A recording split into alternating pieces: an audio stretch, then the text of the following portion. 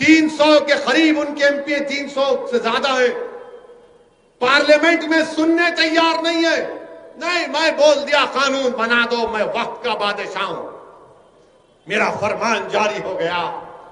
یاد رکھو، اگر اقتدار کے نشے میں، غرور میں ڈوب کر تم اس طرح کے قانون بناؤ گے تو بھارت کی جنتا کے پاس اب کوئی راستہ نہیں بچا سوائے روڈ پہ نکلنے کے، سوائے پرامن احتجاج کرنے کے. آپ اور ہم نے CAA کے خلاف احتجاج کیا، ساری دنیا نے، سارے ملک کے لوگوں نے اس کا نوٹ کیا. ہم نے شاہین باغ کیا، ملک کے کونے کونے میں ہماری ماں اور بہنوں نے نکل کر CAA کے قانون کے خلاف کی آواز اٹھائی، دنیا نے دیکھا. میرے عزیز دوستوں اور بزرگوں، یاد رکھو، احتجاج سیاست کا ایک بہت بڑا حصہ ہے. اگر تم صرف جلسوں میں سن کر، نعرے لگا کر، آنکھ میں آنسو لا کر اپنے گھر کو چلے جاؤ گے اور پھر اس پیغام پر عمل نہیں کرو گے تو کچھ حاصل ہونے والا نہیں ہے. میں آپ سے صرف یہی اپیل کر رہا ہوں کہ یہ وقت اٹھنے کا ہے. نوجوانوں، یہ وقت حاصل کرنے کا وقت ہے. یہ وقت اپنی پارٹی کے پرچم کو بلند کرنے کا وقت ہے. اب سیکولرزم کی ذمہ داری ہمارے کندھوں پر اب نہیں رہ سکتی. یہ سیکولرزم کے نام پر مسلمانوں کو دھوکہ دیتے رہے. اب سیکولرزم کی ذمہ داری دوسرے پارٹیاں نبھائیں گی. ارے سب لوگ ایک ہو کر BJP کو کامیاب پہ کامیاب کرتے جا رہے ہیں، اور ہم کیا ہے، ہمارے ہاتھ میں ایک ڈبہ دے، بجا سیکولرزم، بجا سیکولرزم. کوئی سیکولرزم کو بجانے کی ضرورت نہیں ہے. آپ کی پارٹی آپ کے پاس ہے، اس پارٹی کو مضبوط کریے. اور انشاءاللہ تعالی مجھے یقیناً وہ دن نظر آ رہا ہے کہ جب گلبرگہ میں مرحوم قمر الاسلام صاحب کی کمی کو آپ ہی کے درمیان سے کوئی ایک مرد مجاہد اٹھے گا اور اس کمی کو پورا کرے گا. وہ مرحوم کا صحیح معنوں میں جانشین بنے گا. اسد الدین اویسی صرف آپ کو اس بات کی طرف توجہ دلانے کے لیے آیا ہے کہ اپنی پارٹی کو مضبوط کریے، اپنی پارٹی کو کامیاب کریے، متحد رہیے. ڈرنے اور گھبرانے کی ضرورت نہیں ہے. لوگ تم سے آ کر ڈرائیں گے، لوگ تم سے آ کر لاکھوں باتیں کریں گے. لوگ مجھ سے پوچھتے کہ تمہارے کو بہت سے لوگ ڈراتے، تم کو لوگ کیا کیا نہیں کہہ دیتے. میرے عزیز دوستوں اور بزرگوں، یاد رکھو، کسی شاعر نے بڑا اچھا کہا تھا کہ شاہوں کے تکبر سے بھی دب کر نہ رہا میں. کسی شاعر نے کہا کہ شاہوں کے تکبر سے بھی دب کر نہ رہا میں، کس بارگاہ خاص کا آخر ہوں گدا میں. یاد رکھو، ہم تمام محمد مصطفیٰ صلی اللہ علیہ وسلم کے امتی ہیں. ہمارے لیے اللہ کافی ہے، ہمارے لیے اللہ کافی ہے. اللہ زمین و آسمان کا مالک ہے، اللہ زمین و آسمان کا خالق ہے.